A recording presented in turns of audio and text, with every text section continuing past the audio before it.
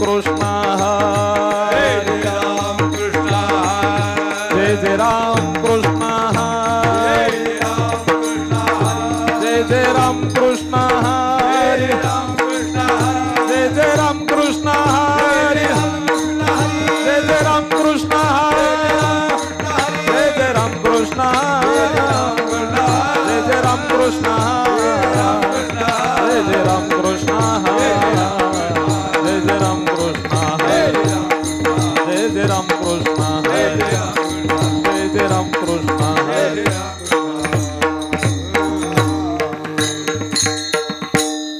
रूप पाहता लोचनी सुख झाले वो साजनी रूप पाहता लोचनी सुख झाले वो साजनी तो हा विठ्ठल बरवा तो हा माधव बरवा तो हा माधव बरवा तो हा माधव बरवा रूप पाहता लोचनी सुख झाले हो साजने रूप पाहता लोचनी सुख झाले हो साजने तो हा विठ्ठल बरवा तो हा माधव बरवा तो हा माधव बरवा तो हा माधव बरवा बहुत सुकृताची जोडी म्हणून विठ्ठली आवडी बहुत सुकृताची जोडी म्हणून विठ्ठली आवडी तो हा विठ्ठल बरवा तो हा माधव बरवा तो हा माधव बरवा तो हा माधव बरवा बहुत सुकृताची जोडी म्हणून विठ्ठली आवडी तो हा विठ्ठल बरवा तो हा माधव बरवा तो हा माधव बरवा तो हा माधव बरवा सर्व सुखाचे आगर बाप रखुमा देवी वर सर्व सुखाचे आगर बाप रखुमा देवी सर्व सुखाचे आगर बाप रखुमा देवी वर सर्व सुखाचे आगर बाप रखुमा देवी सर्व सुखाचे आगर बाप रखुमा देवीवर सर्व सुखाचे आगर बाप रखुमा देवीवर तो हा विठ्ठल बरवा तो हा माधव बरवा तो हा माधव बरवा तो हा माधव बरवा सर्व सुखाचे आगर बाप रखुमा देवीवर सर्व सुखाचे आगर बाप रखुमा देवीवर तो हा विठ्ठल बरवा तो हा माधव बरवा तो हा माधव बरवा तो हा माधव बरवा जय जय राम कृष्ण हरी जय जय राम कृष्ण जय जय राम कृष्ण हरी जय जय राम कृष्ण जय जय राम कृष्ण हरी जय जय राम कृष्ण जय जय राम कृष्ण हरी राम कृष्ण हरी जय जय राम कृष्ण हरी जय जय राम कृष्ण हरी राम कृष्ण हरी जय जय राम जय जय राम उभारिला हात उभारिला हात उभारिला हात उभारिला हात जगी जानविली मात जगी जानविली मात जगी जानविली मात जगी जानविली जगी जानविली मात जगी जानविली मात उभारिला हात उभारिला हात उभारिला हात उभारिला हात जगी जानविली मात जगी जानविली मात जगी जानविली मात जगी जानविली मात जगी जानविली मात देव बैसले सिंहासनी देव बैसले सिंहासनी देव बैसले सिंहासनी देव बैसले सिंहासनी आल्या याच का पुरे धनी आल्या याच का पुरे धनी आल्या याच का पुरे धनी आल्या याच का पुरे धनी आल्या याच का पुरे धनी आल्या याच का पुरे धनी आ एकाच्या कैवाडे एकाच्या कैवाडे एकाच्या कैवाडे एकाच्या कैवाडे उगवी बहुतांचे कोडे उगवी बहुतांचे कोडे उगवी बहुताचे कोडे उगवी बहुताचे कोडे बहुताचे कोडे उगवी बहुताचे कोडे देव बैसले सिंहासने देव बैसले सिंहासने देव बैसले सिंहासने देव बैसले सिंहासने आल्या याच का पुरे धनी आल्या याच का पुरे धनी आल्या याच का पुरे धनी आल्या याच का पुरे धनी आल्या याच का पुरे धनी आल्या याच का पुरे धनी आ दोहे ठाई तुका दोही ठाई तुका दोहे ठाई तुका दोही ठाई तुका नाही पडो देत चुका नाही पडो देत चुका नाही पडो देत तुका नाही पडो देत तुका नाही पडो देत तुका नाही पडो देत तुका दोहे ठाई तुका दोही ठाई तुका नवे ठाई तुका दोही ठाई तुका नाही पडो देत चुका नाही पडो देत चुका नाही पडो देत तुका नाही पडो देत तुका नाही पडो देत तुका नाही पडो देत तुका देव बैसले सिंहासनी देव बैसले सिंहासनी आल्या याच का पुरे धनी आल्या याच का पुरे धनी आल्या याच का पुरे धनी आल्या याच का पुरे धनी आल्या याच का पुरे धनी आल्या याच का पुरे धनी कुमार कुमार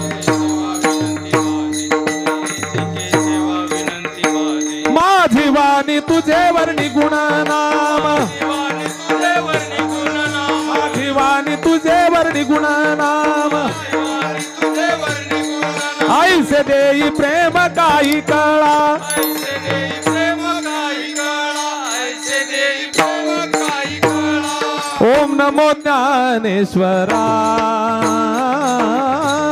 ओम नमो ज्ञानेश्वरा ओम नमो ज्ञानेश्वरा ओम नमो ज्ञानेश्वरा ओम नमो ज्ञानेश्वरा ओम नमो ज्ञानेश्वरा ओम नमो ज्ञानेश्वरा ओम नमो ज्ञानेश्वरा ओम नमो ज्ञानेश्वरा करुणा करा दयाळा करुणा करा दयाळा करुणा करा दयाळा तुमचा अनुग्रह लादलो हो तुमचा अनुग्रह लादलो करा दयाळा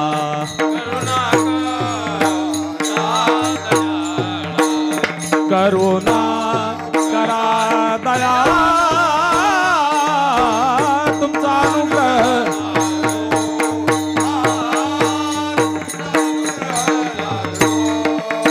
हा ओम नमो ज्ञानेश्वरा करुणा करा दयाळा तुमचा अनुग्रह लादलो पावन झालो चराचरी करुणा करा दयाळा तुमचा अनुग्रह लादलो पावन झालो चराचरी ओम नमो ज्ञानेश्वरा करुणा करा दयाळा तुमचा अनुग्रह लाधलो पावन झालो चराचरी उभारेला हात जगी जाणविली मात डॉक्टर साहेब नुसती प्राण प्रतिष्ठा झाली की कलशारोहण झालं कलशारोहण झालं कोणी केलं कलशारोहण मठातले महाराज ब्रह्मचारी विठाला विठला विठला विठला प्राण प्रतिष्ठेनिमित्ताचं हे कीर्तन आहे प्राणप्रतिष्ठा केल्यानंतर कलशारोहणही होतं एखाद्या वेळेला त्याच वेळेला होतं नाही ते खरं काही दिवसांनी होतं सगळं जमा करून केलं आहे ना विठाला विठाला विठला विठला विठला शंकाशी उपस्थित करतो सुरुवातीला की कलशारोहण ब्रह्मचार्याच्या हातूनच का केलं जातं काय कारण आहे बाकीच्या सामान्य माणसाकडून का कलशार का केलं जात नाही त्याचं कारण नाही का ऐका सांग कारण ऐकण्यासारखं आहे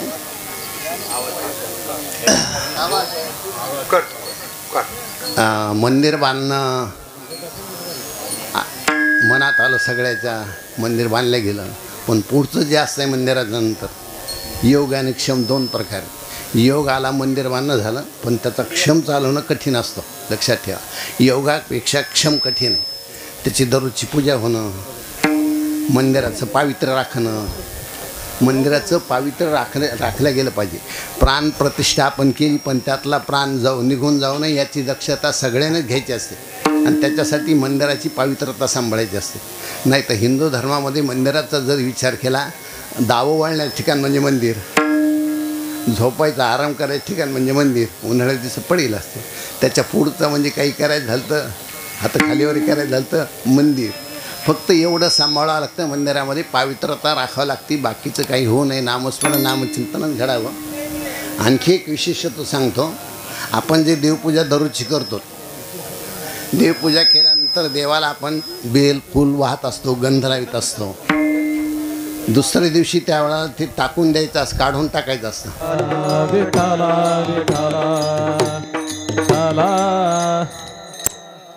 सध्या लोकशाही आहे ज्याचं मतदान जास्त होईल त्याला पुढे असतं बाकीच्याला जास्त त्याला मागं सरकावं लागत विठाला विठाला विठला विठला विठला विठला विठला विठला काही लोकांची म्हणणं आहे की इकडे दुर्लक्ष मी काय म्हणा काही लोकांचं म्हणणं आहे डॉक्टर साहेब की 10 मूर्ख जर एका ठिकाणी मिळाले आणि 1-2 जर शहाणे मिळाले तर कोणाचं मतदान जास्त होतं पण लक्षात ठेवा हे मूर्ख म्हणजे याचा अर्थ हे मूर्ख आहेत का तर त्यातला काही प्रकार नाही. शहाण्याच्या मागच चालतात हे लोक, लक्षात ठेवा. यांच्या समोर शहाणेच असते तेव्हा त्यांच्या मागं ती येते, हिरवी येत नाही. विठाला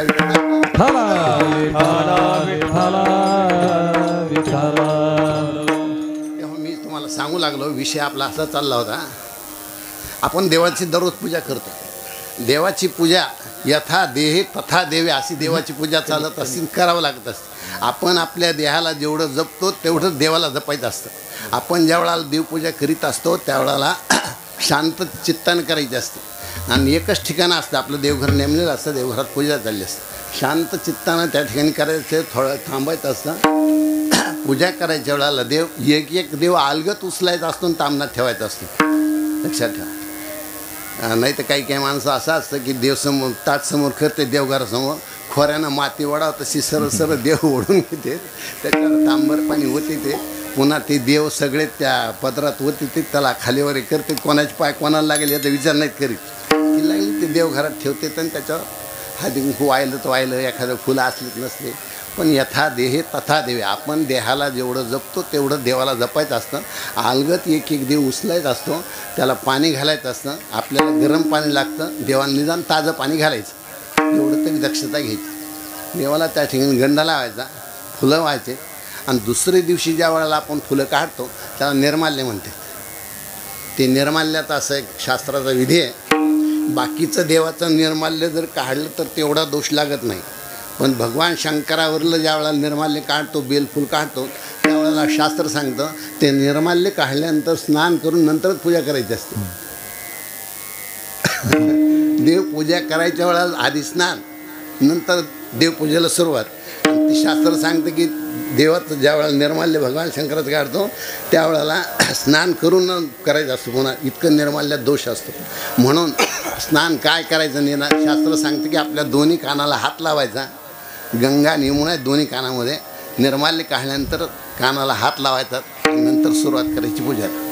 ते निर्माल्य 3 दिवसाच्या वर घरात राहू नये. जर 3 दिवसाच्या वर घरात राहिलं तर माणसाला दरिद्र येतं. म्हणून ते कुठंतरी एका कोपऱ्यात नेऊन टाकायचं असतं निर्माल्य. निर्माल्याचा वास घेऊन त्याला वंदन करूनच निर्माल्य बाजूला टाकायचं असतं. नाही तर त्या निर्माल्यावर जर पाय पडला तर पाप लागतं. आणि हे सगळ्याकडून नेहमी करता होतं अशातला काही प्रकार नाही, आणि मंदिरातही होतं आहे अशातला काही प्रकार नाही. मग हे जर पाप लागलं तर काय दोष लागतो. शास्त्र सांगतं वंश वाढत नाही, त्या माणसाचा निर्वंश होतो. म्हणूनच शास्त्रानं त्या ठिकाणी कलशारोहण ब्रह्मचार्याच्या हातून करायला सांगितलं आहे. ते म्हणले वंश तर राहत नाही, पुन्हा दोषाचा संबंधच येत नाही. झाला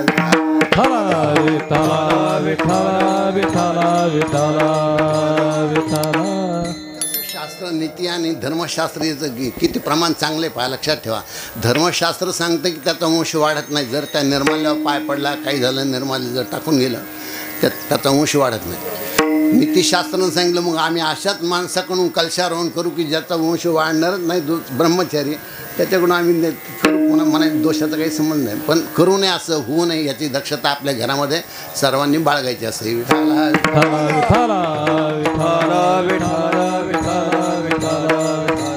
मंदिरासाठी 4 लोकांचं सहकार्य लागतं. एक कार्यकर्ते, गावकरी मंडळीचं सहकार्य, कार्यकर्त्याचे परिश्रम, महात्म्याचा आशीर्वाद आणि देवाची कृपा व्हावी लागते. देवाची कृपा झाली तरच हे सगळं कार्य होते, तोपर्यंत होत नाही, लक्षात ठेवा. मूकं करोति वाचालं पंगुं लंघयते गिरिं यत्कृपातमं वंदे परमानंदमाधवं. तुकोबाराच्या भाषेत सांगायचं झालं तर आनंद तिथीचा मुखयासी वाचा, आनंद तिथीचा मुखयासी वाचा, आनंद तिथीचा मुखयासी वाचा, आनंद तिथीचा मुखयासी वाचा. वैरे ऐकती कानी रे, वैरे ऐकती कानी रे, वैरे ऐकती कानी रे, वैरे ऐकती कानी रे. आंधळ्यासी डोळे पांगळ्यासी पाय, आंधळ्यासी डोळे पांगळ्यासी पाय, आंधळ्यासी डोळे पांगळ्यासी पाय, आंधळ्यासी डोळे पांगळ्यासी पाय. तुका म्हणे व्रत होती तरणे रे, तुका म्हणे व्रत होती तरणे रे, तुका म्हणे व्रत होती तरणे रे, तुका म्हणे व्रत होती तरणे रे. कुमाई पाहू रे, नाचत पंढरीला जाऊ रे खेळिया, विठ्ठल रखुमाई पाहू रे, नाचत पंढरीला जाऊ रे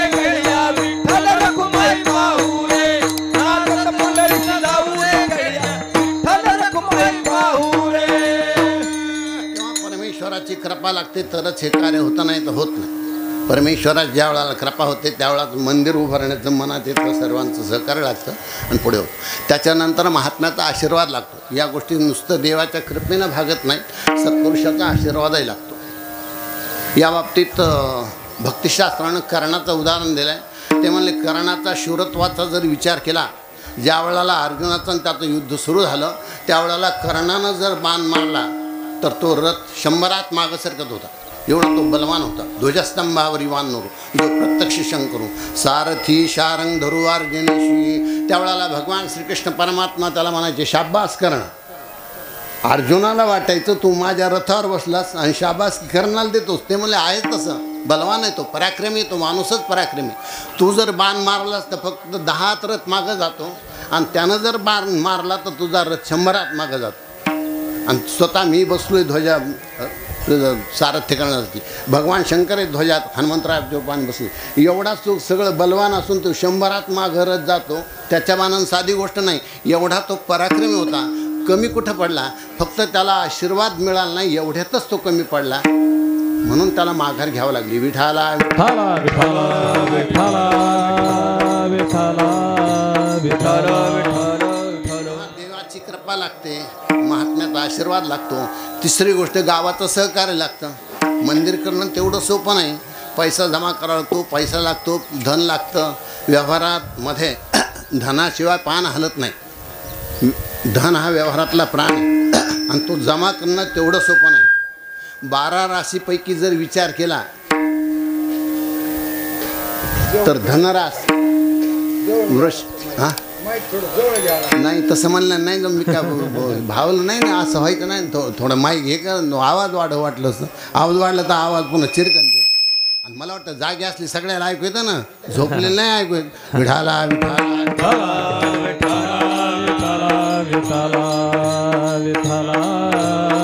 व्यवहारात प्राण आहे, पैसा प्राण आहे व्यवहारामध्ये. पैशाशिवाय भागत नाही. पैसा जमा करणं तेवढं सोपं नाही, लक्षात ठेवा.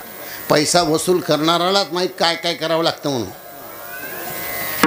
नाही त्याची बोलणे ऐकून घ्यावं लागते, नाही त्याला उपदेश करावा लागतो, नाही त्याची समजूत घालावं लागते. डोक्यावर बर्फ ठेवावा लागतो, जिभेत साखर ठेवावं लागते, पायात भवरा लागतो. थोडा वेळ होईना पण संसाराचं काम आपलं बाजूला सारावं लागतं, तरच हे काम होते, नाही तर होत नाही. संसाराचं काम करून मंदिराचं काम नाही होत ना. जे माणसं मंदिराच्या कामात लागलेत त्यांना संसार थोडा बाजूला ठेवावा लागतो, त्यांचे कामं त्यांना बाजूला ठेवावं लागते आणि ते कार्य करावं लागतं. तेव्हा त्यांच्याकडून ते कार्य होतं. आणि सांगूच का तुम्हाला 2 गोष्टीचं विशेषत्व आहे. व्यवहारात 2 प्रकारचे लोक आढळून येतात. काही लोक चमडी देतात पण दमडी देत नाहीत. काही लोक दमडी देतात पण चमडी देत नाहीत. लक्षात ठेवा, काय स्वभावाचे लोकांचे दोन विभाग पडलेत. असा काही समाज आहे की पाय पडायचं झालं तर कितीही पाय पडत. आलं की पाय पडन, जायच्या वेळाला पाय पडन, मध्ये एकदा पाय पडन, देवाचे पाय पडायची. त्याला म्हणा पट्टी, त्याचं ठरलेलंच असतं. मूग आले नाही, भुईमुग गेले, ऊसाचं तर असं झालं. ते ऐकून घेऊन शेवटला त्याला नाहीच काही जमलं तर म्हणतो आपल्या हातात काही नाही, वराच्या हातात गेले. पैसा द्यायचा त्यांना माहीत नसतो. बस दर्शन किती वेळा चमडा देतील पण दमडा देत नाही. आणि दुसरा समाज असा आहे की त्या ठिकाणी तो दमडा देतो पण पैसा देत नाही. पैसे देते हे लोक पण वाकायचं त्यांना माहीत नसतं, नमस्कार करायचं त्यांना माहीत नसतं, पाया पडायचं त्यांना माहीत नसतं. ते म्हणते पैसे काय लागले घेऊन जा. मोठमोठ्याची तऱ्हा आहे, साध्या माणसाची तऱ्हा नाही. या बाबतीत भक्तिशास्त्राने अशी घटना सांगितली. ब्रह्मदेव कबीर महाराजाच्या भेटीसाठी निघाले. भगवान परमात्माला म्हणले की मी कबीर महाराजाच्या भेटीला चाललो आहे.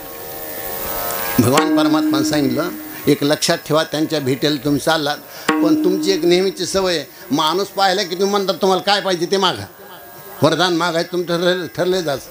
ब्रह्मदेव ना तुम्ही वरदान द्यायचं. त्यांच्याकडे गेल्यानंतर वरदान मागा असं म्हणू नका, तुम्ही काय पाहिजे ते मागा असं म्हणू नका, एवढं थांब. पण विशेष असतं, मराठीत एक म्हण आहे, जित्याची खोड हो तुम्हाला अर्ध तुम्हालाच पाठे. विठाला विठाला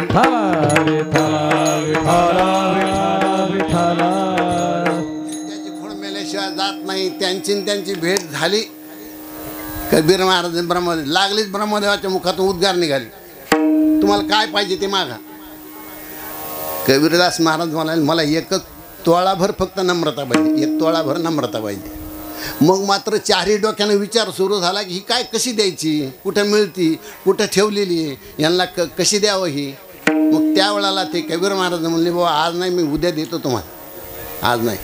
लागलीच भगवान परमात्माकडे गेली. भगवान परमात्माला म्हणले हो नाही ते झालं ना, तुम्ही म्हणलात की तुम्ही त्यांना मागा असं म्हणू नका.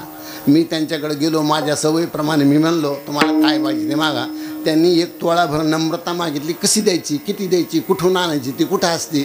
भगवान परमात्मा म्हणले वा, आता एकच काम करा, जा आणि त्यांच्या पायाला लागा, साष्टांग हे करी दंडवत, साष्टांग हे करी दंडवत, साष्टांग हे करी दंडवत, साष्टांग हे करी.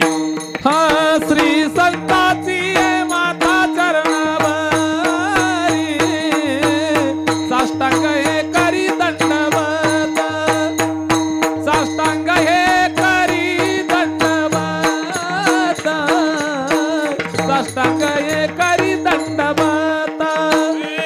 श्री संताची माता चरणावरी, साष्टांग हे करी दंडवत, साष्टांग हे करी दंडवत, साष्टांग हे करी दंडवत. वेळ किती देणार आहे तुम्ही. हे लवकर आणून बांधलंय म्हणून मला तुमचं तिकडला आवरलं की काला आणून ठेवा, म्हणजे मला माहित होईल तुमचं सगळं आवरलंय म्हणून. विठाला विठाला विठ्ठल विठ्ठल तेव्हा पैसा जमा करणं व्यवहारात अवघड आहे. माणसं, काही माणसं चमडी देते दमडी देत नाहीत, काही माणसं दमडी देते चमडी देत नाहीत. समाजात दोन वर्गात लोक आहे, तेव्हा यांच्याकडून जमा करणं अवघड आहे. चौथी गोष्ट आहे, कार्यकर्त्याचे परिश्रम लागते. ही गोष्ट काही साधी नाही, पैसे देऊन होत नाही ते काम. कार्यकर्त्याला त्या ठिकाणी मनातच यावं लागतं, त्यांनी सर्वस्व अर्पण करावं लागतं.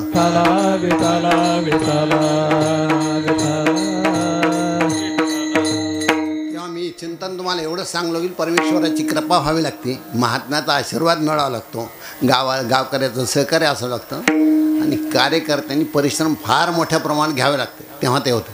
हा योग आला, मंदिर तयार झालं, याचा क्षम चालवणं, त्याच्यानंतर पुन्हा गावकऱ्याचं काम आहे. आता या लोकांचं काम संपलं, ज्यांनी पट्टी जमा केली, बाकीचे कार्यकर्त्यांनी त्या ठिकाणी सहकार्य केलं, परमेश्वराची कृपा झाली, हे कार्य व्यवस्थिशीर पार पडलं.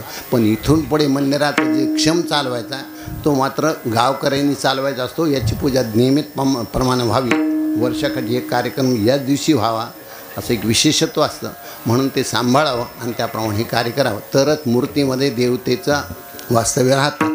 नाहीतर तिथं जर काही अपवित्रता आली तर देव त्या ठिकाणी टिकत नाही, विशेषत्वानं राहत नाही. विढाला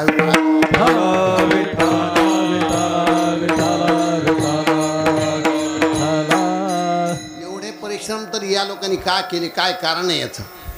त्याचं कारण असं आहे, अधिकारी माणसाला उपासना कुठेही करता येते. जे अधिकार संपन्न लोक आहेत ते कुठेही उपासना करतात, कुठेही बसले तरी उपासना त्यांची चालू असते. एका रानात जाऊ द्या, ते घरात राहू द्या, समाजात राहू द्या, त्यांची उपासना चालू. उपासनेमध्ये त्यांचा फरक पडत नाही, ते फार मोठ्या प्रमाणात उपासना करतात. घटना अशी पेपरला आली होती, एक तहसीलदार ग्रस्त नावीला जाणं संगत्या सोबत्याबरोबर सिनेमाला गेले. जात नव्हते ते, पण नावीला जाणं या लोकांनी त्यांना नेलं, ते त्या ठिकाणी बरोबर गेले. गेल्यानंतर सगळ्याचं सिनेमा पाहणं चालू होतं. तहसीलदाराचं एकच काम चालू होतं की या खिशात काही वस्तू होत्या, ते या खिशात हातात घ्यायचे आणि ह्या खिशात टाकायचे. सुरूच होतं त्यांचं टाकणं. ते एका ग्रस्ताचं लक्ष गेलं की वा सगळे सिनेमा पाहिले, तल्लीन झाले आणि यांचा एक हात खिशात जातो, दुसऱ्या हातात पुन्हा दुसऱ्या खिशात टाकलं जातं. काय टाकायले काय. ज्या वेळेला सगळा सिनेमा पाहणं झालं आणि बाहेर आले त्यावेळेला तहसीलदाराला विचारलं साहेबाला त्या की तुम्ही काय करत होता, या खिशातलं त्या खिशात, या खिशात त्या. ते म्हणले काही नाही, विष्णू सहस्रनाम आवाज वाढूच नको, एवढाच राहू दे. विठाला विठाला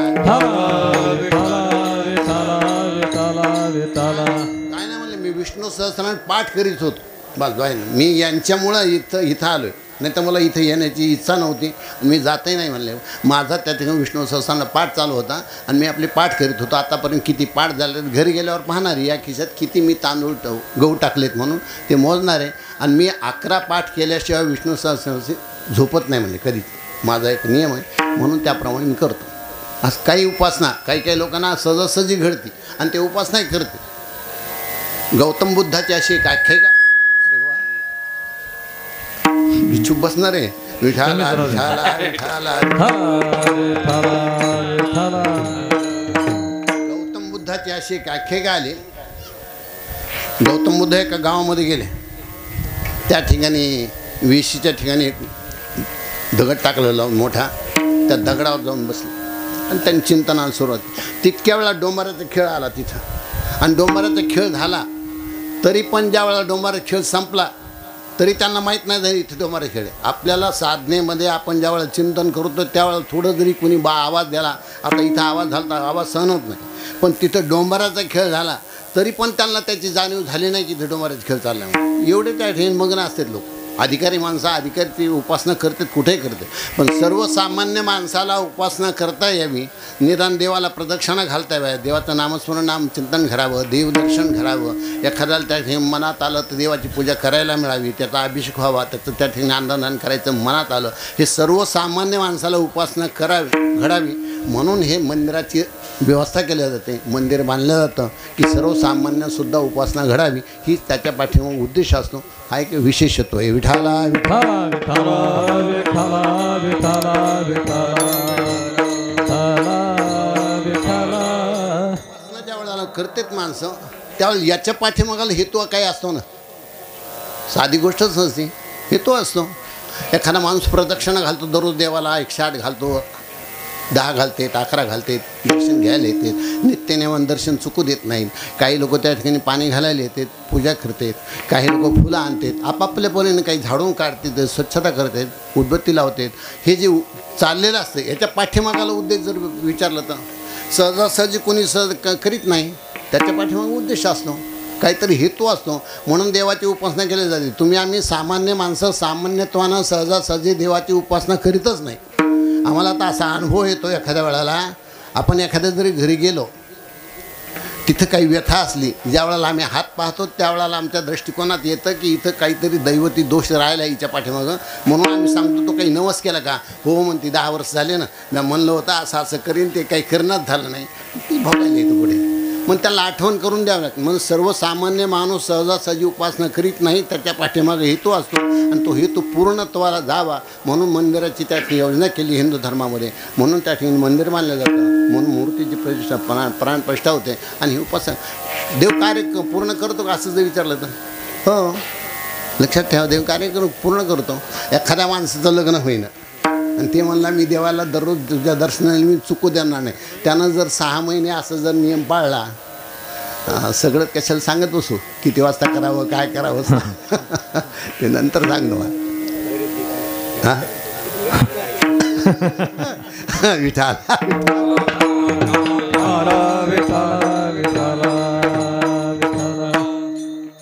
6 महिने दिवस निघायच्या स्नान करावं लागतं. जर स्नान दिवस निघाला स्नानाला त्याने उपवास करावा लागतो, जेवायचं काम नाही. काही काही असे नियम येतात आणि ते नियम सांभाळून ते कार्य करावं लागतं, पूर्ण त्याला करावं न्यावं लागतं तर ते होतं. मग देव हे काम करतो का असं विचारलं तर हो, देव लग्न करून देईल यात काही नवल नाही. देव सदा बायको त्याचे होतो. विठाला विठाला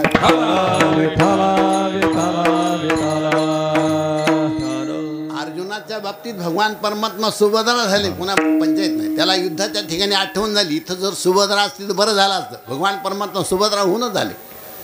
काय खून दिली. ज्या वेळाला सुभद्रा होऊन आले त्यावेळेला ते म्हणले मी तुझ्या, सुभद्रा म्हणली मी तुमच्याकडे आले पण काही खून द्या ना मला. त्यावेळेला अर्जुनानं स्वतःची अंगठी काढून दिली. भगवान परमात्मा ज्यावेळेला सुभद्रा होऊन आले त्याला कल्पना नाही ही सुभद्रा का देव म्हणून.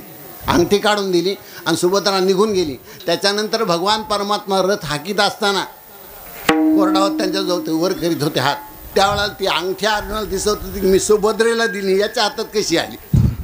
त्याला फार मोठी शंका निर्माण, एकदा दोनदा तीनदा चारदा पाहिलं, नेहमी भगवान परमात्मा मुद्दाम हात वर करायची, त्याला अंगठी अशी दिसू द्यायची आणि पुन्हा हात खाली वर करायची. अरे मी तर सुभद्रेला अंगठी दिली, सुभद्रा आली होती, भगवान परमात्मा इथं नव्हता, त्या ठिकाणी घोड्याला त्या ठिकाणी पाणी पाजायला घेऊन गेला होता, इथं नव्हता, आणि याच्या हाताला अंगठी कशी जाईल. मग त्याला कळलं हा माझ्यासाठी सुभद्रा झाला होता. तेव्हा भगवान परमात्मा लग्न करून देईल यात काही नवल नाही, तो स्वतः बायको होऊन येतो पुन्हा पंचायत नाही. पण त्याच्यासाठी तेवढं जे कार्य असतं ते कुणीतरी सांगावं लागतं, त्या हिशोबाने ते पूर्णतेला करावं लागतं. ते कार्य होतं. विठाला विठाला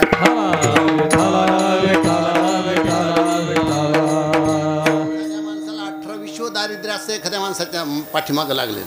त्याचं कारण काही वेळाला वास्तुदोष असतो, काही वेळाला त्याच्या कुंडलीत दोष असतो, काही वेळाला अदृष्टाचा दोष असतो. भोगतो न घडे संचिता वाचोनी, करावे ते मनी समाधान, करावे ते मनी समाधान, करावे ते मनी समाधान, करावे ते मनी. भोगतो न घडे संचिता वाचोनी, करावे ते मनी समाधान, करावे ते मनी समाधान. भोगतो न घडे संचिता वाचोनी, करावे ते मनी समाधान, करावे ते मनी समाधान.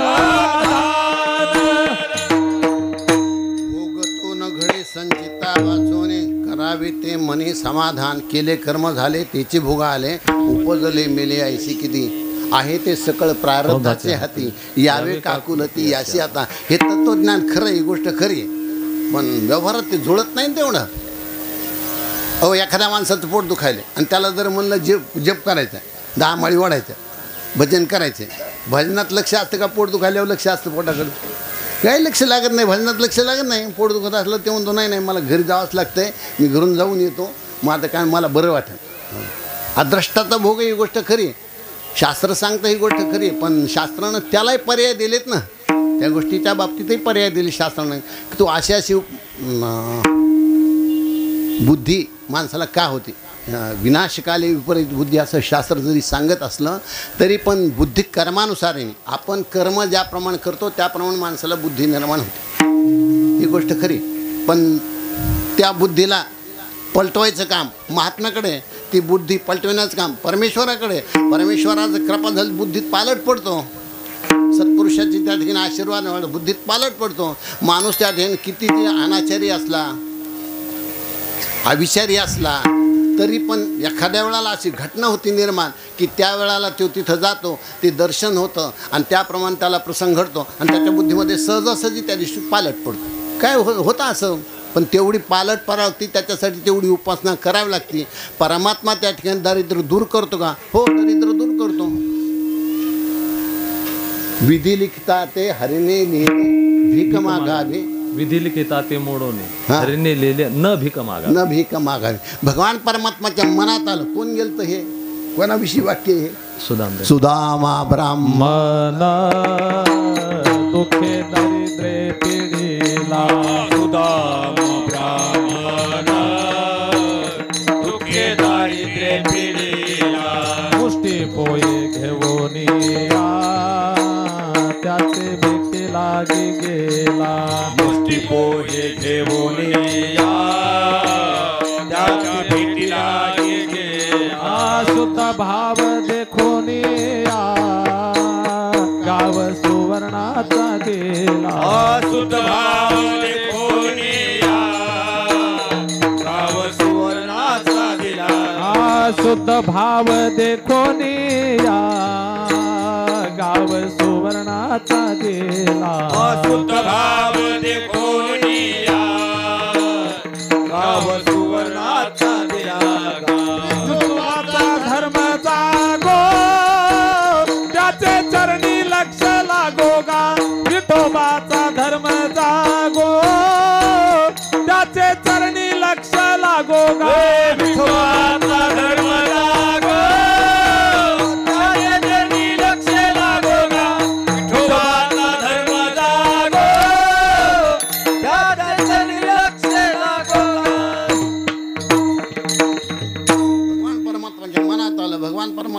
कृपा झाली. वास्तविक पाहता दारिद्र्य पिढून गेला होता तो, आणि दारिद्र्य येण्याचं कारणही तसंच घडलं होतं. गुरुग्रही ज्या वेळेला ते दोघंजण शिक्षणाला होते त्यावेळेला पावसाळ्याचे दिवस होते आणि गुरुमाईनं सर्प आणायला सांगितलं होतं. आणि भूक लागल तुम्हाला म्हणून सुदाम्याजवळ हरभरे दिले होते. भूक लागली तर तू त्यालाही दे, कृष्णालाही दे आणि तू खाय दोघंजण. मग दोघंजण ज्या वेळेला गेले, सरपण काढणं झालंय, पाऊस सुरू झालाय म्हणून झाडावर गेले. सुदामा वर होता आणि भगवान परमात्मा खाली होते. भूक लागली. देव म्हणले अरे भूक लागली सुरमा माईनं काही दिलंय का आपल्याला? ते म्हणला नाही नाही, कसं दिलं म्हणलं, आपण आलो गडबडीनं तसंच आलोत म्हणला, काही आणलं नाही काही नाही. पण त्याचे दात वाजत होते हरभरे खाल्ल्याचे. ते म्हणले मग तुझे दात कशाला वाजायले? ते म्हणला तुला कळत नाही का रे, पाऊस पडायला आहे, गारवा एवढा आहे, थंडीनं कडक, दात वाजायलेत म्हणलं. बस ते मला अशीच जलंभर वाजू दे आता. जलंभर दात वाजू दे. तिथून पुढे त्याचे जलंभर दात वाजले. 18 विश्व दारिद्र्य घरामध्ये, काय घरात खायला नाही. पण परमेश्वराची कृपा झाली. ब्रह्मदेवान लिहिलं होतं यांना भीक मागा म्हणून, पण भगवान परमात्मा पुसून टाकलं आणि त्याला धनवान केलं. साधं धनवान केलं नाही, त्याला सोन्याचा गाव दिला. विठाला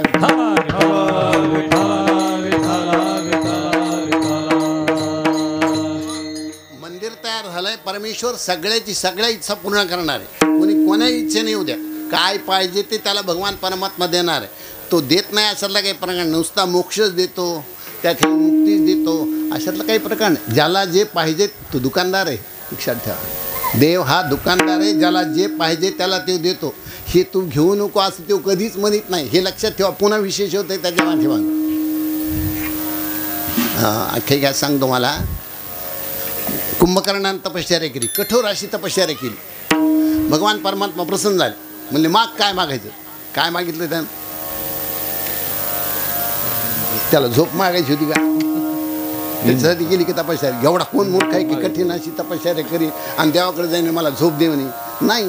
पण यानं त्याला ते सरस्वतीला जीवर बसेल निद्रा दे म्हणून. आणि ते म्हणला तथास्तु झालं. भगवान परमात्मा म्हणलं देत होतो. त्याच्या पाठीमागं जर महात्म्याचं सहकार्य लाभलं, आशीर्वाद जर लाभला, त्याला ती बुद्धी चांगली होती, त्याप्रमाणे बुद्धी होतं. म्हणून दोन्ही लागतं, देवाची कृपाही व्हावी लागते आणि महात्म्याचा आशीर्वाद मिळावा लागतो. म्हणजे योग्य ते माणसाला मागतात. नाही तो दुकानदार आहे, पाहिजे ते देतो. दुकानदाराचं काय असतं, एखादा जर माणूस गेला, लहान मुलगा गेला आणि त्यानं जर दिले 10 रुपये, ते मला सिगरेट द्या, दुकानदार म्हणतो का तुला काय करायचं सिगरेट कशाला मागायला आला? नाही. जर हिरवट गिरायक असलं ते म्हणतो पैसे घेऊन दे, तुला काय करायचं त्याच्यामुळे ते विचारत नाही. दुकानदार काय पाहिजे ते देतो, पैसे घेतो काय पाहिजे ते देतो. त्याप्रमाणे भगवान परमात्मा काय पाहिजे ते देतो. पण सद्बुद्धी व्हावी म्हणून परमेश्वराच्या कृपा जशी लागते तसा महात्म्याचा आशीर्वाद व्हावा लागतो, मिळावा लागतो, तेव्हा माणसाला सद्बुद्धी होते. विठाला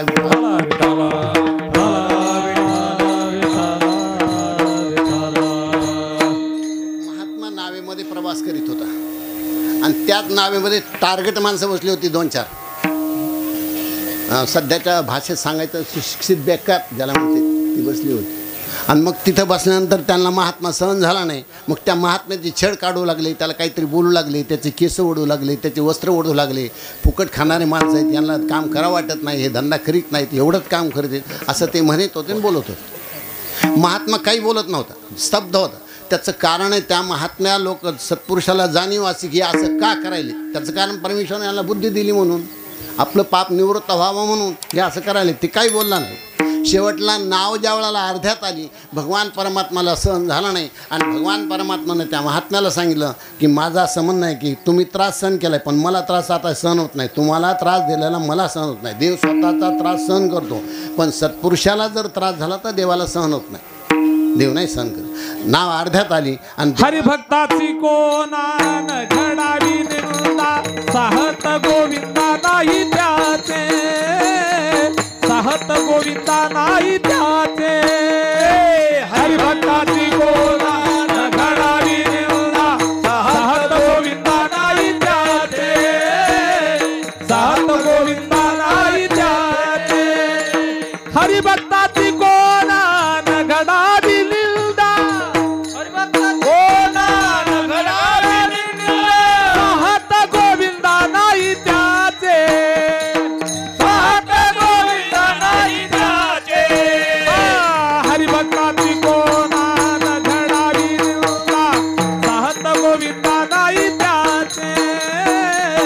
साहत गोविंदा नाही त्याचे हे हरिभक्ताची कोणा न घडावी निंदा साहत गोविंदा नाही त्याचे साहत गोविंदा नाही त्याचे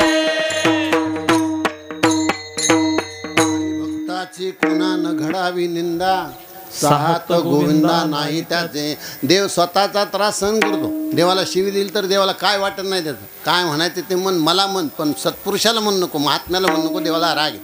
अर्ध्यात नाव आली, देवाला सहन झालं नाही.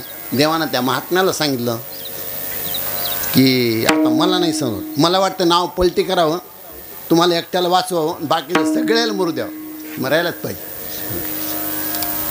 पण महात्मे ते महात्मे जास्त आहेत. ते देवाला म्हणले अरे नाव पलटी करूच तर त्यांच्या बुद्धीला पलटी देणार आहे. अरे याला काय अर्थ आहे तुझ्या म्हणलं, नाव पलटी काय करतो, नाव पलटी करूच नको, यांच्या बुद्धीला पलटी दे. ते म्हणले तुमच्यासारखे म्हणणार थोडे असतील असे. ते म्हणले हो म्हणणंच माझं आहे. म्हणजे देवाचं विशेषत्व असतं. देव त्या ठिकाणी विठाला विठाला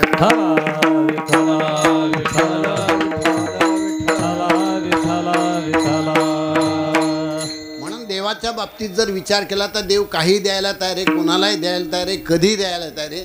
तेवढ्या प्रमाणात त्याची यथा शास्त्रोक्त पूजा व्हावी लागते. मात्र एवढं लक्षात ठेवा, तस्मा शास्त्रम प्रमाणांते कार्याकार्य व्यवस्थितो ज्ञात्वा शास्त्रविधानोत्तम कर्म करून निहारास. या कारणे पै बाप्पा जया थी आपली कृपा तेने विदाच्या निरूपान कीजे. त्याच्यामध्ये मात्र थोडंसं सुद्धा तो सहन करीत नाही. शास्त्राच्या हिशोबात तो सहन करीत नाही. बरोबर तितकी उपासना त्याप्रमाणे व्हावं लागते. कोणतंही व्रत करायचं झालं तर कुणीतरी सांगावं लागतं, तेव्हा व्रत करावं लागतं. मनानं माणसानं कोणतंच व्रत करायचं नसतं. मनोमार्गी गेला ते म्हणले नाही, मनानं करूच न, कोणीतरी सांगणार लागतो त्याच्या पाठीमागं, आणि त्या माणसानं सांगावं लागतं आणि त्याप्रमाणे करावं लागतं. म्हणून कुणीतरी लागतं. व्यवहारात सुद्धा गुरु लागतो. प्रपंच परमार्थात लागेल येत काही नवल नाही. व्यवहारात गुरु लागतो. स्वयंपाक सहजासहजी येत नाही. कोणास तरी पाहावं लागतं, कोणाला तरी सांगावं लागतं, कोणाकडून तरी ऐकावं लागतं. त्या सासूचं थोडा वेळ ऐकावं लागतं, ती काय म्हणाली हे पाहावं लागतं. तिचे पांढरे केस झाले असते, ते उन्हात नसते झालेले, अनुभव झाले असते, म्हणून तिच्यावर लक्ष द्यावं लागतं आणि तिच्याकडून ते ऐकावं लागतं. व्यवहारातही लागतं, परमार्थातही लागतं. म्हणून कुणीतरी सांगावं लागतं एखादं व्रत करायचं, आणि ते योग्य रीतीनं व्रत करावं लागतं. त्याच्यामध्ये थोडी जरी चूक झाली तर परमात्मा सहन करीत नाही. लक्षात ठेवा, विस्त्यावर जाणून जरी पाय पडला तरी तो पोळतो, न जाणता जरी पाय पडला तरी तो बोलतो. या तारेला मध्ये जर हात लागला, जाणून जरी लागला तरी शॉक बसतो, न जाणता लागला तरी शॉक बसतो. ते म्हणत नाही की तुम्हाला माहीत नव्हतं. शास्त्र त्यासाठी माफीत काढीत नाही. उपासना तुम्हाला एक साधी सांगतो. गणपतीची उपासना करते माणसं, चतुर्थीचं व्रत करते, कसं तरी दिवसभर उपाशी राहते. संध्याकाळी चंद्र निघूस तर त्यांना दम निघत नाही. बस काही माणसं ते दिवस माळाला की संपलं, ते उपास चतुर्थी सोडून देते. वास्तविक पादा चंद्र दर्शन झाल्याशिवाय चतुर्थी सोडता येत नाही. लक्षात ठेवा. एकादशीची अशी तर आहे, संध्याकाळ झाली की माणसं काही म्हणते एकादशी आता डोळत झाली का, हो आंधळी कमाले की नाही म्हणण्याची काय कमाले. माणसं दम काढीत नाही, इतक्या लक्षात ठेवा. आणि मग त्या चंद्राला बोलून तेवढं बोलते, त्या या काय कशाला करतो, कशाला मग दम नाही निघत तर करू नको. पण माणसं त्या ठिकाणी दम काढीत नाही. उपासना करायच्या वेळेला त्या ठिकाणी दुर्वा वाहतात काही माणसं. त्या जुर्वाचा जुळगा बांधतात आणि त्याच्या डोक्यावर ठेवतात. त्याला आधी वजं कमी आहे का पुन्हा वजं देता तुम्ही कशामुळे. वास्तविक पाहतात दुर्वा ती वाहण्याची रीत नाही. लक्षात ठेवा, जुळगा बांधून देवाच्या डोक्यावर ठेवायचाच नसतो. शास्त्र असं सांगतं त्या दुर्वा जशा उगवतात तशा व्हायच्या असतात. त्याचे बुडं खाली करायचे, शेंडे वर काढायचे आणि ते देवाला टेकून ठेवायचे समोर. उष्णता त्यानं निवृत्त होती माणसाची, त्या ठिकाणी तो त्रास कमी होतो. म्हणून त्याच्यामुळे त्या दुर्वा उभ्या करून गणपतीसमोर उभ्या करून ठेवायच्या असतात. बुडं खाली आणि शेंडे वर करायचे आणि समोर टेकून ठेवायचे. त्या दुर्वा वाहायच्या वेळेला त्याचं बूड शेंद्रात बुडवावं लागतं आणि त्या दुर्वा वाहावं लागतं. किती लोक करतात असं जर विचारलं तर नाही, शास्त्रप्रमाण माहीतच नसतं ना, काही म्हणायचं कामच नाही. त्या ठिकाणी त्याला फुल लागतं, जास्वंदीचंच फुल लागतं, ते तांबडंच फुल लागतं, रुटीचं फुल लागतं, ते निळ्या रंगाचं लागतं. काय मी म्हणायला हो म्हणायला रुटीचं फुल लागतं आणि ते पांढऱ्या रुटीचंच लागतं. लक्षात ठेवा, निळ्या रुटीचं फुल जमत नाही. शास्त्राचा हिशोब असा आहे की शास्त्राच्या हिशोबानं जर कोणतंही कार्य झालं आणि व्यवस्थित झालं की परमात्मा म्हणलं ते देतो. म्हणूनच भगवान परमात्मा पृथ्वी तलावर अवतीर्ण होतो. अभंगाच्या पहिल्या त्यांना सांगू लागले. उभारीला हात उभारीला हात उभारीला हात उभारीला हात उभारीला हात उभारीला हात उभारीला हात उभारीला हात जगी जाणविली माता जगी जाणविली माता देव बैसले सिंहासनी देव बैसे सिंहासनी जगी जाणविली माता जगी जाणविली देव बैसले सिंहासनी देव बैसले सिंहासनी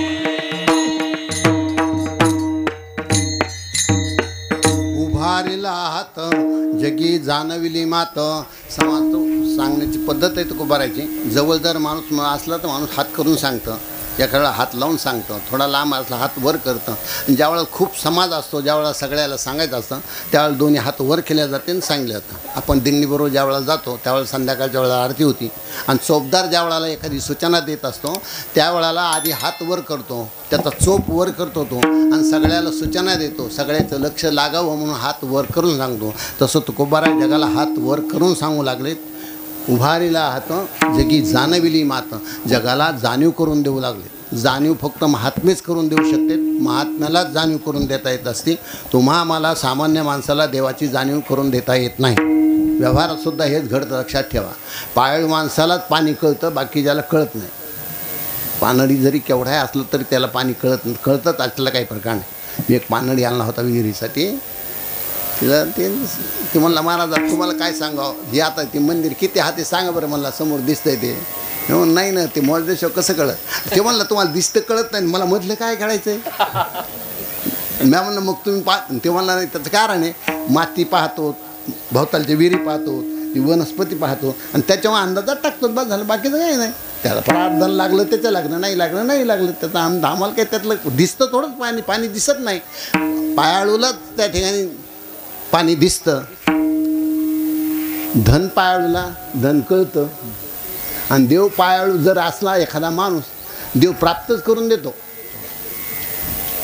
पायाळाच्या गुन्हे पडिले ठाऊके जगा पुंडलिके दाखविले जगा पुंडलिके दाखविले जगा पुंडलिके दाखविले पायाळाच्या गुन्हे पडिले ठाऊके पायाळाच्या गुन्हे पडिले ठाऊके पायाळाच्या गुन्हे पडिले ठाऊके पायाळाच्या गुन्हे पडिले ठाऊके पायाळाच्या गुन्हे पडिले ठाऊके पायाळाच्या गुन्हे पडिले ठाऊके पायाळाच्या गुन्हे पडिले ठाऊके पायाळाच्या गुन्हे पडिले ठाऊके आ जगा पुंडलिके दाखविले आ जगा पुंडलिके दाखविले आ जगा पुंडलिके दाखविले आ जगा पुंडलिके दाखविले साधक संपन्न मूर्ती पहा साधक संपन्न मूर्ती पहा साधक संपन्न मूर्ती पहा साधक संपन्न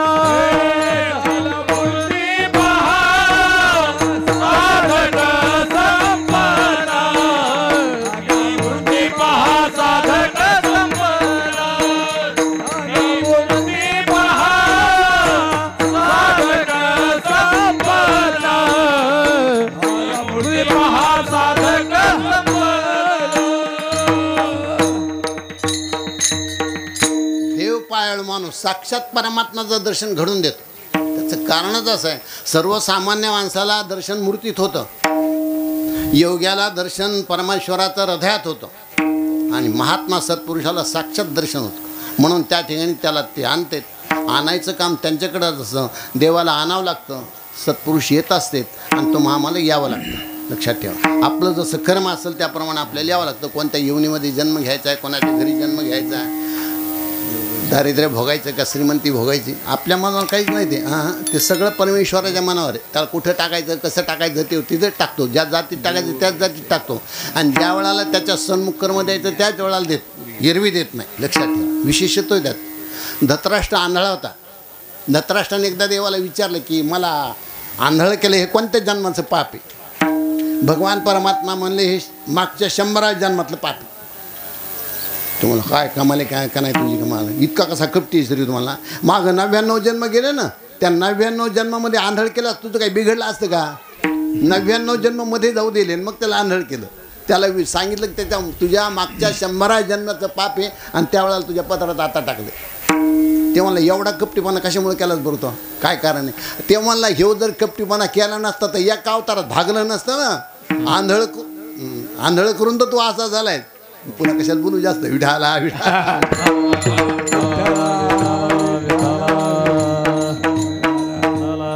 लोक किती पराक्रमी असते सांगतो मला. क्वचित काना भवे साधू, क्वचित गाणी पतिव्रता, छिद्रतंतू क्वचित मूर्ख, खलवाटो निर्धन क्वचित. क्वचित काना भवे साधू. आंधळ्याचं नंतर सांगतो. कान्या डोळ्याची माणसं असतात. क्वचित काना भवे साधू. क्वचित एखादे साधू असतील नाही ते चांगले संधी साधून घेते. चांगला हुशार असते, खूप चांगलं. त्यांना कसं चरपटावून याला कसं वरपळावं समोरच्या माणसाला ते त्यांनाच कळतं. म्हणून त्या माणसापासून सावध राहावं लागतं. लक्षात ठेवा, काही गोष्टी घेऊन जात जा. काय काय विठाला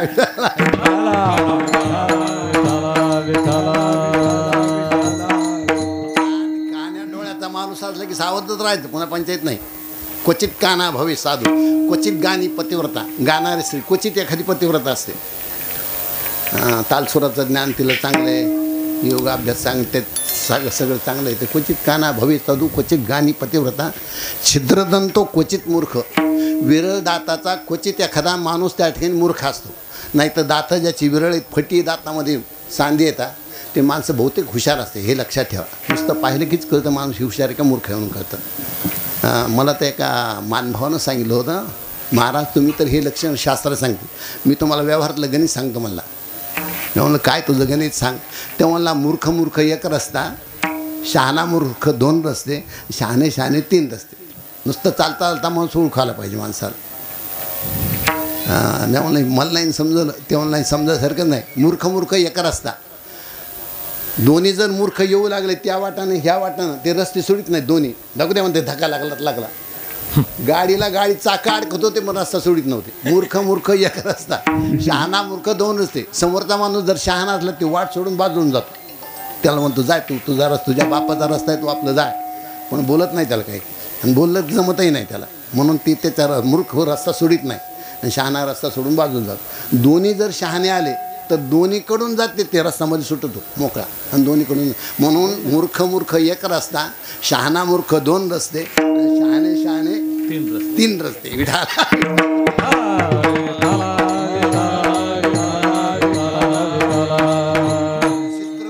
क्वचित मूर्ख. विरळ दाताचा क्वचित एखादा माणूस मूर्ख असतो, नाही तर बहुतेक माणसं शहाणे असते. खलवाटो निर्धन क्वचित. टक्कलाची माणसं बहुतेक श्रीमंत असते, मात्र ते टक्कल पाणी वाहून पडलेलं नसावं, भारा वाहून पडलेलं नसावं. नाही तर काही काही माणसाला भारा वाहता वाहता टकलं पडते, पाणी वाहतेत म्हणून टकलं पडत होते. तर तसं टक्कल नसा. आपण त्या राज्यसभेमध्ये विधानसभेमध्ये जर नजर टाकली, बहुतेक लोक टकलावले असते आणि ते काही गरीब नसते. तर तिथं आले त्या अर्थी ते गरीब नसते, आणि तिथं आल्यावर गरीब राहत नसते. ते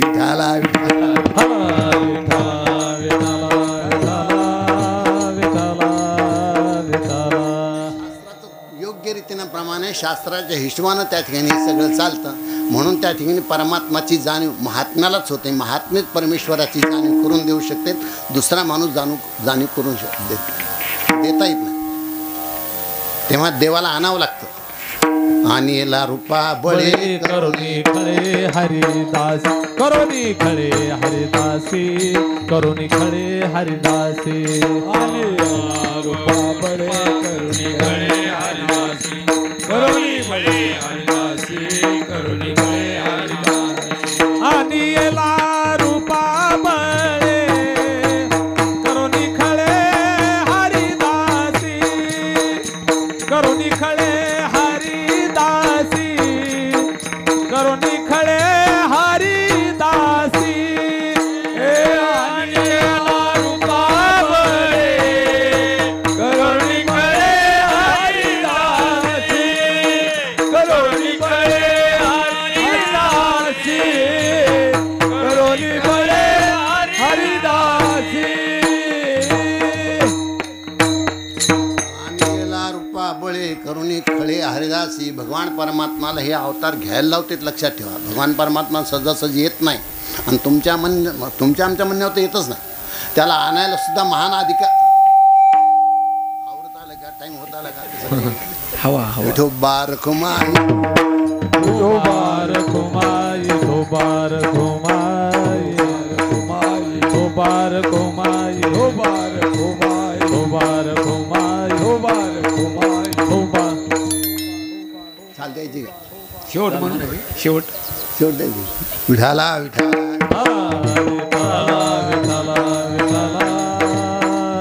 तेव्हा देवाला आणावं लागतं. महात्म्याच्या बाबतीत जर विचार केला त्यांना आणावं लागत नाही. ते आपोआपच येते. त्यांना जगाचीच करुणा निर्माण झाली. जगाविषयी करुणा निर्माण होते. भगवान ज्या वेळेला अवतार संपून वैकुंठाला गेले त्यावेळेला भगवान परमात्माच्याच लक्षात आलं की आपण कार्य केलं पण दोनच लोकांचे केले. यदा यदाय धर्मश मी जे विठ्ठल करणारे जर वाजलं याच्यानंतर तिथं बसून तू कामाले का नाही तुझी विठाला विठाला यदा यदाय धर्मस्य ग्लानिर्भवति भारत अभ्युत्थानम धर्मस्य तदात्मानं सृजामहं परित्राणाय साधूना विनाशाय च दुष्कृतां. ते म्हणले साधूचं संरक्षण दुष्टता नाश करण्यासाठी भगवान परमात्मा अवतरणार. साध्या भाषेत सांगायचं तर सज्जनाचं संरक्षण आणि दुष्टता नाश दोनच कार्य भगवान परमात्माला वाटलं आपल्या हातून झाले. आपण कोण आहेत त्याच्यापैकी असं जर विचारलं तर आपण सज्जन आहेत का? सगळे इथं कोण सज्जन आहे त्यांना हात वर करा मी सज्जन आहे म्हणून सांगा. कोण सज्जन आहे? दिवसातून 17दा खोटं बोलते. सज्जन काय झाले? विना तिकिटाची पंढरपूरला आहे काय सज्जन आले. तिथे गेल्यावर वारी शिरत आहेत कशात सज्जन आले? काय सज्जन आले? मग कोणाला मानता येत नाही. आणि एखादा जर माणूस म्हणला मी सज्जन आहे समजा त्याच्यासारखा दुर्जन कोणी नाही असं समजा. लक्षात ठेवा. म्हणून सज्जनाच्या बाबतीत विचारायला आपण सज्जन आपण बरं दुर्जन आहेत का आपण असं म्हणलं तर? ज्या अर्थी कीर्तन आलो त्या अर्थी दुर्जन नाही. ज्या अर्थी आपल्या गळ्यात माळी आहेत त्या अर्थी आपण दुर्जन नाही. ज्या अर्थी आपण देवदर्शनाला जातो त्या अर्थी आपण दुर्जन नाही. आपण सज्जन नाही तर दुर्जन नाही. मग काय मधले लोक आहेत आपण. आपलं असं असतं जिकडे घुगऱ्या तिकडे उदं बस झालं पंचायत नाही काय आपलं तसं असतं. मी म्हणतो नेहमी सांगतो मी की गाभोळे बोरं दोन्हीकडे जमते. पिकल्या बोरात टाकले गाभोळे बोरं तरी ते म्हणते बोरं पिकलेत काही काही गाभोळेत आता ते पिकत म्हणून घेतात माणसं. आणि तेच गाभळे बोरं जर हिरव्या बोरात टाकले तर ते म्हणले अजून हिरवेच आहेत हे गाभोळे व्हायचे राहिले. म्हणजे गाभोळ्यातही टाकायला जमतात हे गाभोळे बोरं हिरव्या बोरातही टाकायला जमतात आणि पिकल्या बोरातही जमते. ह्या लोकांचं आपलं तुमचं आमचं तसं असतं जिकडे घुगऱ्या तिकडे उदो. म्हणून देवाच्या मनात आलं की एक वर्ग राहिला तो मधला वर्ग.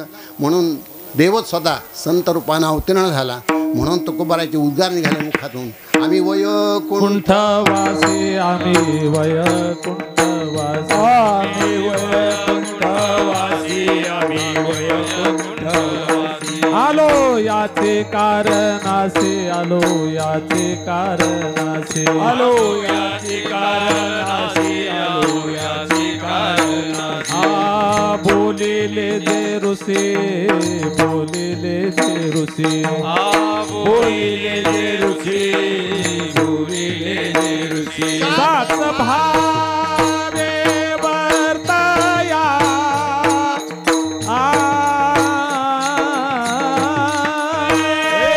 सात भावे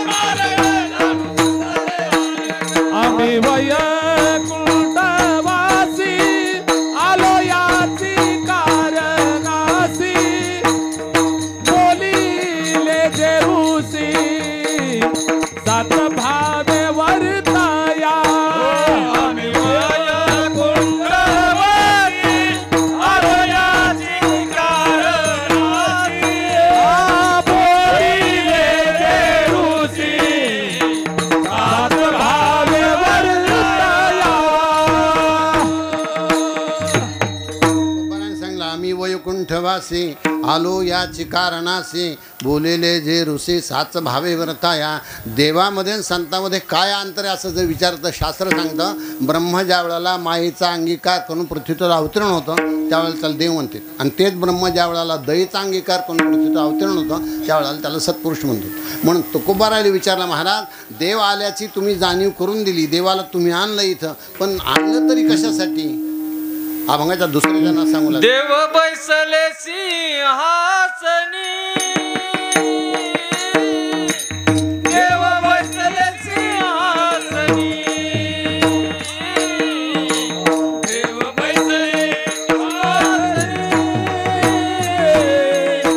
देव बैसले सिंहासनी, देव बैसले सिंहासनी, देव बैसले सिंहासनी, देव बैसले सिंहासनी, देव बैसले सिंहासनी, देव बैसले सिंहासनी, देव बैसले सिंहासनी,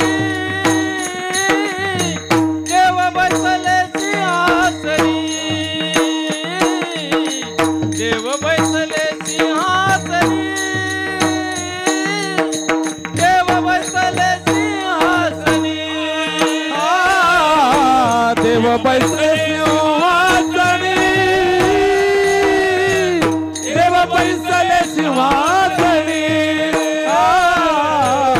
देव बैसले सिंहासनी, देव बैसले सिंहासनी. आल्या याच काळ पूर्वी धनी, आल्या याच काळ पुढे धनी, आल्या याच काळ पुढे धनी, आल्या याच काळ पूर्वी धनी, देव बैसले सिंहासनी, देव बैसले सिंहासनी, देव बैसले सिंहासनी, देव बैसले सिंहासनी, आल्या याच का पुढे धनी, आल्या याच का पुढे धनी, देव बैसले सिंहासनी, देव बैसले सिंहासनी, देव बैसले सिंहासनी, देव बैसले सिंहासनी. देव बैसे सिंहासनी आल्या याचका पुरेधनी. देव त्या ठिकाणी आरूढ झाले, या ठिकाणी आले देव, प्राणप्रष्ट झाले. तो इच्छा पूर्ण करतो. कोणाची करतो असं विचार तुकोबाराय म्हणे याचकाची इच्छा पूर्ण करतो. लक्षात घ्या, मागणाऱ्याचे दोन प्रकार आहे, याचक आणि भिकारी. दोन मागणाऱ्याचे प्रकार. भिकारी दिलं ते घेतो आणि याचक हवं ते मागतो. लक्षात ठेवा, त्यांना जे पाहिजे ते मागते आणि ते दिलंच पाहिजे असा हिशोब असतो त्यांचा. त्याचं कारण आहे, त्याचं ऋण असतं म्हणून. याचकात ऋण असतो, त्यानं सेवा केली असते परमेश्वराला, त्या ठिकाणी आराधना केली असते परमेश्वराची, म्हणून ते म्हणतो मला हे पाहिजे हेच दे मला. भिकाऱ्याला तसं सत्ता नसते मागायची. भिकाऱ्याला दिलं ते घ्यावं लागतं. एखादा भिकारी दारावर आला त्याला जे वाढलं ते घेतो, आणि एखादा जर लागला किरकिर काय माणसं म्हणतात घे नाही तर पुढे होईल, शांतपणा करू नको, तुझं काय आमच्यावरून नाही काही नाही. म्हणून भिकाऱ्याने दिलं ते घ्यावंच लागतं आणि त्यांनी घ्यायचं असतं भिकाऱ्याला. मात्र वाढायचं असं हे लक्षात ठेवा. विनमुखही पाठवायचं नाही भिकाऱ्याला. तोंडानं नाही म्हणून तर हातानं नाही म्हण. 10 रुपये द्यायचे तर 5 रुपये दे, रुपये दे, 8 आण दे, 4 आण दे, काय पाहिजे असं ते दे, पण दे. भिकाऱ्याला वापस पाठवू नको.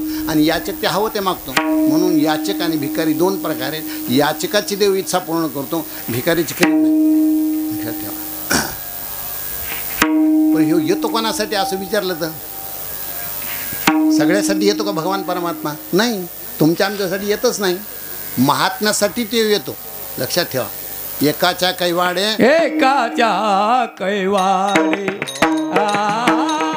एकाच्या कैवाडे,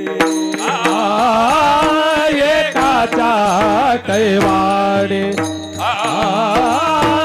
एकाच्या कैवाडे. बहुताचे कोरे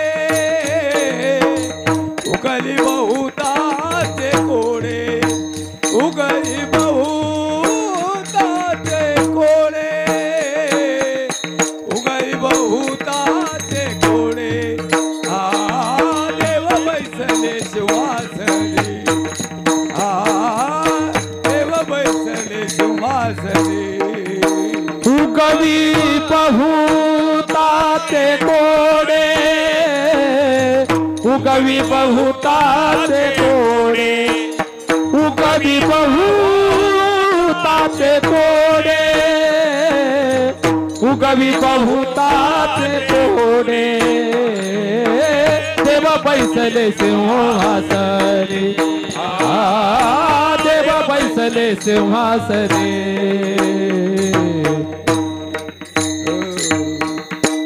एकाच्या कैवाडे बहुतांचे कोडे एकासाठीच देव येतो एखाद्याच्या मनात येतं आणि ते काम होतं पूर्णतेला जातं आणि त्याचा उपयोग सगळ्याला होतो या बाबतीत शास्त्रानं माऊलीनं उदाहरण दिले गाय दूध देते पण कोणासाठी असं विचारलं तर तुमच्या आमच्यासाठी नाही देत ती कोणासाठी दूध देते वासरासाठी दूध देते म्हणून आपण गाईला वासरू सोडतो आणि पाना सोडला की त्याला आखडून घेतो ते आशीर्वाद देतं का आपल्याला 50 हो तुमचा विल मांडवा जाओ तुमचं कल्याण हो असं म्हणतं का ती वाटतं का त्याला ते नाही पण गाईचं विशेष आहे गाय वासरासाठी दूध देते तेव्हा आम्हाला त्याचा उपयोग होतो सो भगवान परमात्मा सत्पुरुषामुळे येत होतो मंदिर बांधायचं काम विशेष काही लोकांच्या मनात येतं आणि ते व्हावं असं वाटतं त्याचा उपयोग सगळ्याला होतो एकाच्या कैवाडे बहुतांचे कोडे चातक पाखरू त्याची वर्षे मेघदारू त्याची वर्षे मेघदारू त्याची वर्षे मेघदारू चातक पाखरू त्याची वर्षे मेघदारू त्याची वर्षे मेघदारू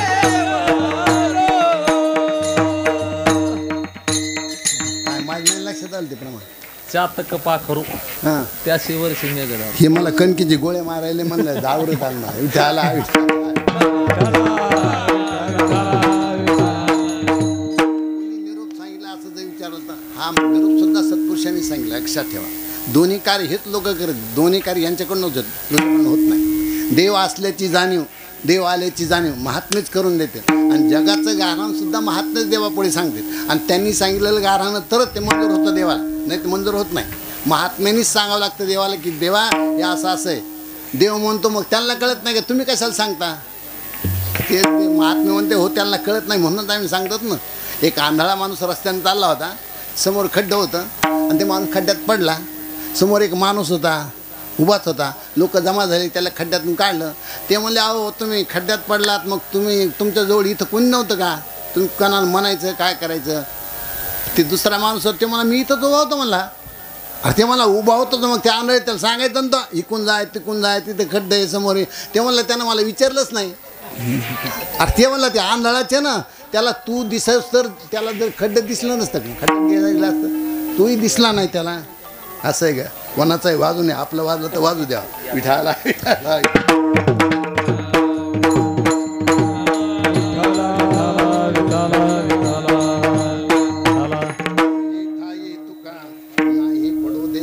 त्याला म्हणून आवरले 12 वाजता दम धरते कस तरी ज्ञानेश्वर माऊली ज्ञानराज माऊली तुकाराम ज्ञानेश्वर